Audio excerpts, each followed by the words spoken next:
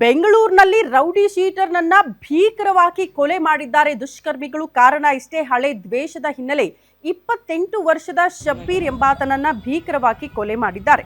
ಸೋಮವಾರ ರಾತ್ರಿ ಮಂಗಮ್ಮನ ಪಾಳ್ಯದಲ್ಲಿ ಆಗಿರುವ ಘಟನೆ ಇದು. ಹಳೆ ದ್ವೇಷದ ಹಿನ್ನೆಲೆ ಕೊಲೆ ಮಾಡಿದ್ದಾರಂತೆ ದುಷ್ಕರ್ಮಿಗಳು. ಪೊಲೀಸ್ ಠಾಣೆಯಿಂದ ಕೂಗಳತೆಯ ದೂರದಲ್ಲಿ ಕೊಲೆ ಆಗೋಗಿದೆ. ಸೋಮವಾರ ರಾತ್ರಿ ಸ್ನೇಹಿತರ ಭೇಟಿಗೆ ಅಂತ ಶಬ್ಬೀರ್ ಬಂದಿರ್ತಾರೆ.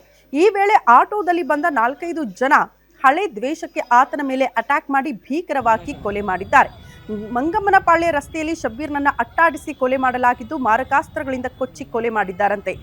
ಈ ಹಿಂದೆ ಸೊಹೈಲ್ ಅನ್ನೋರಿಗೆ ಹಲ್ಲೆ ಮಾಡಿದ್ದಂತೆ ಈ ಶಬ್ಬೀರ್. ಹಲ್ಲೆಯಿಂದಾಗಿ ಸೊಹೈಲ್ನ 3 ಬೆರಳು ಕಟ್ಟ ಆಗಿತ್ತಂತೆ. ಇದೇ ದ್ವೇಷಕ್ಕೆ ಇವತ್ತು ಶಬ್ಬೀರ್ನನ್ನ ಭೀಕರವಾಗಿ ಕೊಲೆ ಮಾಡಿರುವ ಶಂಕೆ ವ್ಯಕ್ತವಾಗ್ತಾ ಇದೆ. ರಾಜಿ ಸಂಧಾನ ಮಾಡಿಕೊಳ್ಳುವ ನೆಪದಲ್ಲಿ ಕರೆಸಿ ಕೊಲೆ ಮಾಡಿರುವ ಶಂಕೆ ಇದ್ದು, ಏರಿಯಾದ ಸಿಸಿಟಿವಿ ಡಿವಿಆರ್ ಅನ್ನ ಆಲ್ರೆಡಿ ಪೊಲೀಸರು ವಶಕ್ಕೆ ಪಡೆದುಕೊಂಡು ಪರಿಶೀಲನೆ ಮಾಡುತ್ತಿದ್ದಾರೆ.